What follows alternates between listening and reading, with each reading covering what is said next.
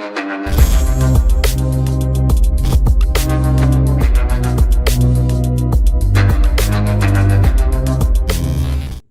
वालेकुम गाइस, कैसे हैं आप? उम्मीद करता हूं कि आप सब खैरियत से होंगे, खुश होंगे और हमारी दुआ है कि आप हमेशा खुश रहें, हंसते और मुस्कुराते रहें। मेरा नाम है रहमान अनवर और मैं हूं मोहम्मद सुहेल। और मैं हूं जफर इकबाल। और आज हम जिस वीडियो पर रिएक्ट करने जा रहे हैं, इस वीडियो का टाइटल है what happened in Sri Lanka and Pakistan, will it happen in India.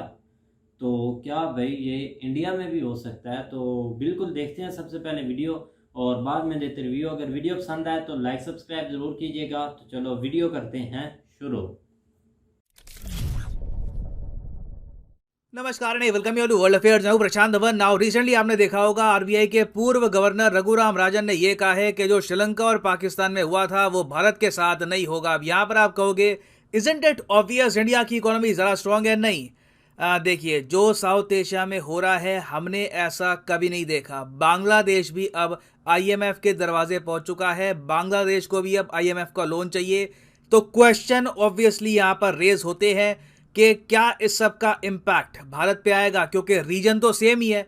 मगर यहाँ पे भारत के पूर्व आरबीआई गवर्नर ने यह कहा है कि इंडिया ऐसी सिचुएशन फेस नहीं करेगा जो श्रीलंका और पाकिस्तान कर रहे हैं। अब यहाँ पर आप कहेंगे इनका ओपिनियन इतना मैटर क्यों करता है, इस ओपिनियन को हम इतनी इंपॉर्टेंस क्यों देते हैं कि जब भी ये स्टेटमेंट देते हैं इंडियन मीडिया खूब कवर करता है इसको। देखिए इसके 3-4 रीजन है। पहली बात तो ये है कि आज के समय पूरी दुनिया में हम देख रहे हैं आर्थिक संकट खड़ा हो चुका है, और आर्थिक संकट ग्लोबल लेवल पर जो आर्थिक संकट है उसके बारे में रघुराम राजन कई किताबें लिख चुके हैं, इनकी कई थीसिस हैं। और जब ये इंडिया के आरबीआई गवर्नर थे उस वक्त इनको एक यूरोपियन अवार्ड भी मिला था the best central bank governor का। तो इसलिए इनकी क्रेडिबिलिटी बहुत है। जब भी ये स्टेटमेंट देते हैं on economy it becomes news. तो इस वीडियो में हम डिस्कस करेंगे कि रघुराम राजन ने क्या कहा है, इन्फ्लेशन को लेकर क्या कहा है, बहुत कुछ आपको जानने को मिलेगा। मगर आगे बढ़ने से पहले आपसे क्वेश्चन पूछूंगा।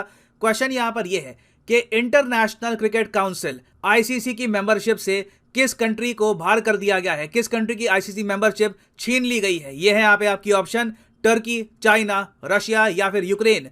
कमेंट सेक्शन में करिए उत्तर, सही आंसर मैं आपको दूंगा वीडियो के अंत में। अब सबसे पहला क्वेश्चन तो यहाँ पे आपका यह आएगा कि रघुराम राजन ऐसा क्यों कह रहे हैं कि इंडिया बिल्कुल सेफ है। आरबीआई ने ओवर द इयर्स बहुत अच्छा काम किया है अपना विदेशी मुद्रा भंडार बढ़ाकर, और ऐसे समय के लिए, ऐसे टाइम के लिए इंडिया इज वेल प्रिपेयर्ड। देखिए ये बिल्कुल सही लॉजिक इन्होंने यहां पर दिया है, क्योंकि इंडिया के फॉरेक्स रिजर्व आज भी आप अगर देखो, हालांकि मैं ये कहूंगा कि इंडिया के फॉरेन एक्सचेंज रिजर्व पिछले 20 महीने के लोवेस्ट पॉइंट पर हैं, मगर तब भी बाकी कंट्री से आप अगर कंपेयर करोगे तो इंडिया के फॉरेक्स रिजर्व आज भी $570 बिलियन है।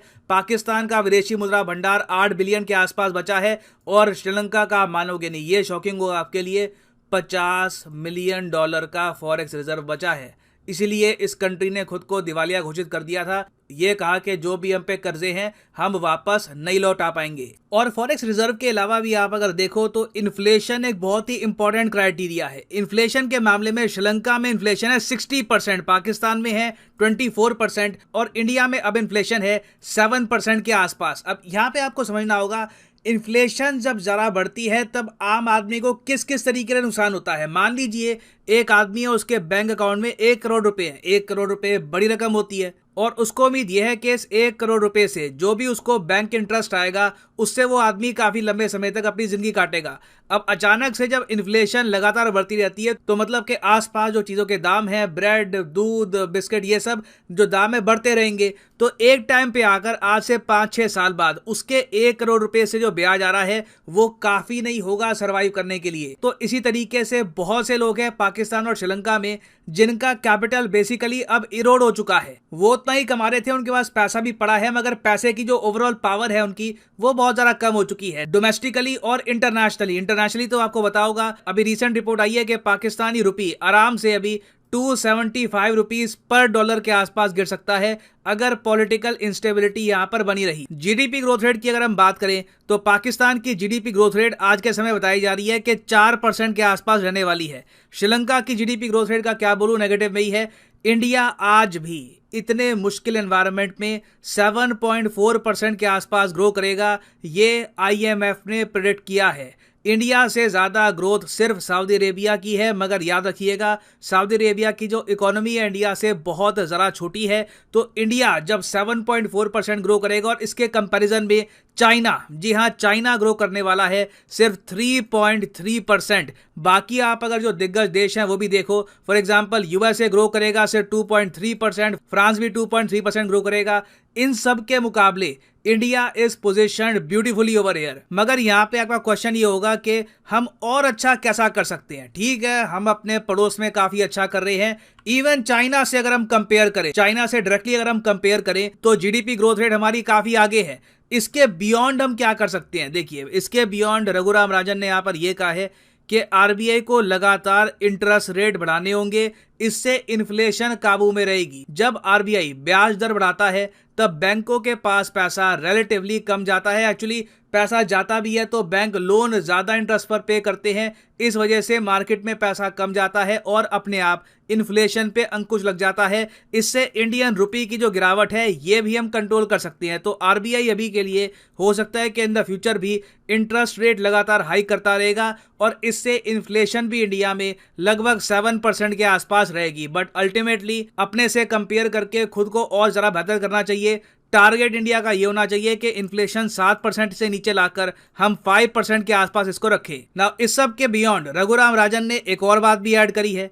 इन्होंने यहाँ पर यह कहा है कि इंडिया में जो माइनॉरिटीज हैं अगर हम इनको सेकंड क्लास सिटीजन्स तक रिड्यूस कर देंगे, इनका ओपिनियन है ऐसा किया जा रहा है, तो इससे इंडिया बढ़ सकता है। ये इन्होंने काफी बड़ी चेतावनी दी है कि और जगह इंडिया ठीक कर रहा है इकोनॉमिकली। आरबीआई ने काफी हद तक इंडिया को डिफेंड कर दिया है ग्लोबल क्राइसिस से, मगर उसके बियॉन्ड आप अगर देखो तो ये यहाँ पर बात कर रहे हैं सोशल हार्मनी होना बहुत इंपॉर्टेंट है, तभी इंडिया आगे प्रॉस्पर कर पाएगा। नाउ यहाँ पर मैं आपसे पूछना चाहूंगा, क्या आप रघुराम राजन की बातों से एग्री करते हैं, सारी बातों से एग्री करते हैं, नहीं करते? लिखेगा इसके बारे में कमेंट सेक्शन में, मैं जेन्युइनली जानना चाहूंगा आपका ओपिनियन। नाउ वापस आते हैं अपने क्वेश्चन पे कि इंटरनेशनल क्रिकेट काउंसिल ने रिसेंटली किस कंट्री की मेंबरशिप छीन ली है? तो सही उत्तर यहाँ पे है option C, the country of Russia. यहाँ पर आप देख पाओगे cricket Russia stripped of ICC membership for non compliance. और फाइनली यहाँ पर मैं ये भी ऐड कर दूं कि आप किसी भी एग्जाम की तैयारी कर रहे हैं, आप परचेज कर सकते हैं इनके courses from an academy. Simply जाओ कमेंट सेक्शन में, यहाँ पे आपको मिलेंगे link. For example let's say आप प्रिपेयर कर रहे हैं फॉर एसएससी, क्लिक करिए एसएससी के लिंक पर और यहाँ पे आपके सामने खुल जाएगा ये पेज। मगर जो प्राइसेस यहाँ पर लिखे हैं ये पे करने की आवश्यकता नहीं है, सिंपली यहाँ पे कोड डालो PD10 and the prices will just start following. So use the code PD10 and save money. So इसी नोट के साथ ये है वीडियो का। Thank you for listening and as always God bless you all.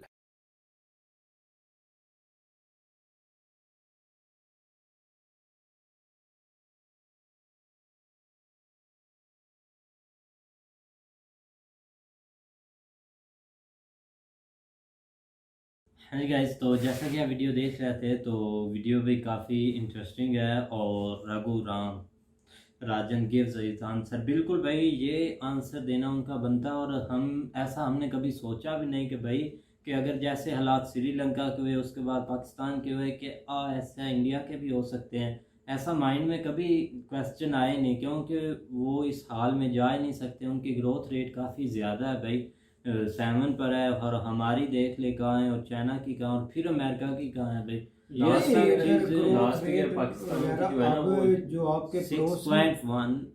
Last year Pakistan की 6 से जो आपके पड़ोस में मुल्क रहते हैं ना, जब ऐसे हालात आपके आसपास होंगे तो जाहिर बात है फिर आपके मुल्क में कुछ लोग बातें भी बनाएंगे, कुछ बातें करेंगे भी, तो उसको आंसर भी देने के लिए कुछ लोग होते हैं कि ऐसा कुछ नहीं होगा क्योंकि हमारे पास बहुत से रिसोर्सेज हैं इसको रिकवर करने के लिए, या हम ऐसे हालात में नहीं जाते। अब किसी को क्या पता था कि इंडिया का डॉलर 40 से 80 रुपए तक चला जाएगा? किसी ने सोचा था या किसी को पता था? एकदम से चला गया, ऐसे नहीं कहा जाता कि नहीं, एकदम से नहीं गया भाई। वो कब की बात है, आज का दौर क्या है। ऐसे अगर देखा जाए तो हमारा डॉलर कहाँ पर से था। और अब तक देख ले उनकी रेशो और अपनी भी देख ले। यार बिल्कुल देखा जाए ये तो देख। गया तो है ना, आप एक समझ ले बात यार तो। लेकिन यार ये वक्त इसमें के कोई हिसाब से गया है ना, महंगाई लेकिन चीजें ये कि वो जिस तरह अब इस मसला बना हुआ है सब, बाकी जो एशियन कंट्रीज अफेक्टेड हो रहे हैं उस लिहाज से इंडिया जो है ना वो अभी अफेक्ट नहीं हुआ। तो आप अपना हिसाब देख लें। और अभी जो जिस तरह वो बता रहे हैं सर कि 275 तक जाएगा, 275। चला और जाएगा भाई, 275 जाहिर बात है। तक भी चला जाएगा। लेकिन आज हमारे जो शाहिद खान अब्बासी थे हाँ जी। वो बोल रहे थे कि अगर हमारी हुकूमत ना थी तो डॉलर इमरान खान की हुकूमत में 400 तक चला जाना था, जो कि उनसे कंट्रोल नहीं हो पाना था। तो ऐसे अजीब गरीब लोग भी इधर रहते हैं, उनकी बातें भी बस अजीब व गरीब होती है, लेकिन कोई तवज्जो भी देना कि क्या हो रहा है क्या नहीं हो रहा। हमारे बड़े बड़े आप बोल रहे हैं कि जो सियासतदान हैं वो इस पर तवज्जो नहीं दे रहे मुल्क पर। अब सैलाब से जो हालात हो रहे हैं ना पाकिस्तान के, इधर बलूचिस्तान की साइड पर पूरा ऑल पाकिस्तान जो कि इधर पेशावर वाली साइड वो सैलाब में डूब रहा है, लेकिन अभी तक लोग हेल्प भी कर रहे हैं, कुछ इमदाद भी हो रही है, लेकिन अभी तक कुछ रिजल्ट अच्छा नहीं हो रहा। ये लगे हुए तो हैं, लेकिन ये कि उस तरफ वाकई कोई तवज्जो नहीं है। लोग ठीक है, अब तो खैर काफ़ी मीडिया उसको कवर भी कर रहा है, लोग जा भी रहे हैं। कल प्राइम मिनिस्टर साहब भी गए हुए थे उधर, यहाँ तक बलूचिस्तान भी गए हुए थे। तो लेकिन मसला ये है कि ये चलो कुदरती आफात हैं, ये तकरीबन हर मुल्कों में आ जाती हैं, ये नहीं कि नहीं, दुबई में भी आया हुआ है, दुबई में भी आया हुआ है। लेकिन ये फिर जो है ना उसको तरीके से फिर अब इंसान के पास की बात तो नहीं है ना। इंसान के पास की बात यह है कि वहाँ के लोग, वहाँ पे जो लोग रहे हैं उनको निकालना है या उनको फैसिलिटेट करना है, वो इन्होंने थोड़ा सा लेट कर दिया है। ये तो 1-2 दिन आवाज़ अच्छी तरह उठी है सोशल मीडिया पे, फिर जाके इनकी जो है ना वो तवज्जो उधर हुई है, नहीं तो अपनी सियासत खेल रहे इनको हैं। चाहिए ना कि सियासत ना खेले वगैरह, कुछ काम भी मुल्क के लिए। अब डैम इधर होते, क्योंकि इधर बहुत से अनकम्प्लीट अभी भी डैम्प है जो कि कंप्लीट हुए नहीं, बहुत बड़े बड़े डैम्प है। अगर वो एक रिकवर हो जाते, चाहे फिर इंडिया पानी छोड़ता चाहे जो भी छोड़ता, वो तो पाकिस्तान को फ़ायदा ही होना था, एक इकट्ठा पानी हो जाना था और उससे बिजली भी बन सकती है और भी काम, लेकिन इस पर कोई तवज्जो नहीं दे रहा। नहीं, उसकी रीज़न भी यही है ना कि तवज्जो दी नहीं गई। और अभी जो ये सब कुछ कर रहे हैं, इन्होंने तवज्जो देनी थी ना, जो पिछले 30 साल से जो है ना वो हुकूमत में थे, उन्होंने इस चीज़ के ऊपर फोकस करना था कि हमें जो है ना वो अपने डैम वगैरह या जो भी इस तरह की चीज़ें हैं उनके ऊपर। लेकिन ये इस तरफ आते ही नहीं थे। ये 5 साल के लिए अपनी हुकूमत जो है ना उसको सीधा करते थे, फिर अगले 5 साल जो है ना वो अपना मौजे मारते थे। इनका कोई प्रोजेक्ट लॉन्ग टर्म नहीं है। आप हिस्ट्री देख लें इनकी 30 साल की, इन्होंने जो भी प्रोजेक्ट किए हैं छोटे छोटे देखा रखे जाए होते तो थे अपनी श्रीलंका हुकूमत के में भी complete हालात कर देते। सेम पाकिस्तान जैसे हुए पड़े हैं, क्योंकि श्रीलंका पहले तो वर्ल्ड बैंक पाकिस्तान के श्रीलंका जैसे वर्ल्ड वही बैंक हो की रहे हैं। तरफ गया था तो उधर से भी उनको एक कर्जा या एक बोल पैसा नहीं मिला। अब IMF ने भी उनको इनकार कर दिया है, तो देखते हैं अब उनकी क्या सूरत हाल है। लेकिन हमें तो अपनी भी बहुत फिक्र है, क्योंकि इधर महंगाई बहुत बड़ा इशू बना हुआ पाकिस्तान में, जो इन्फ्लेशन है। ये नहीं कि नहीं, हमारे कंट्रोल लास्ट अभी जो इस वीक की रिपोर्ट आई थी, जो उसमें 34 पॉइंट तक पहुंच गई है महंगाई की रेशो जो है ना, जो पहले तकरीबन 11, 12, 13 पर गई थी, तो यहाँ पे लोगों की चीखें निकलने लग गई। तो आप अंदाज़ा लगा लें कि 34 पॉइंट पर जो है ना वो पहुँच गई है। लेकिन एक चीज़ की समझ नहीं आई बांग्लादेश की, कि बांग्लादेश के सारे जो है ना वो जाविये आप देख लें या वो सारे तो मुस्बत थे, उनको अचानक पता नहीं बेचारों को क्या हो गया कि उनको भी IMF के पास जाना पड़ गया।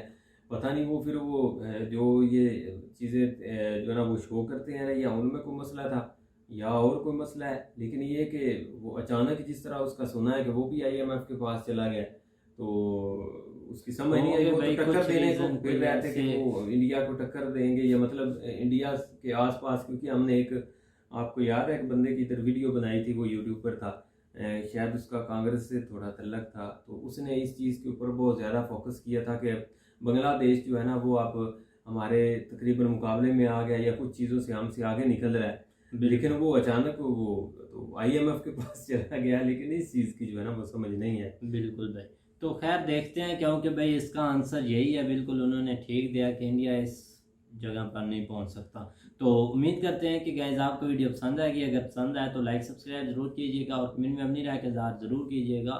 अल्लाह हाफिज़।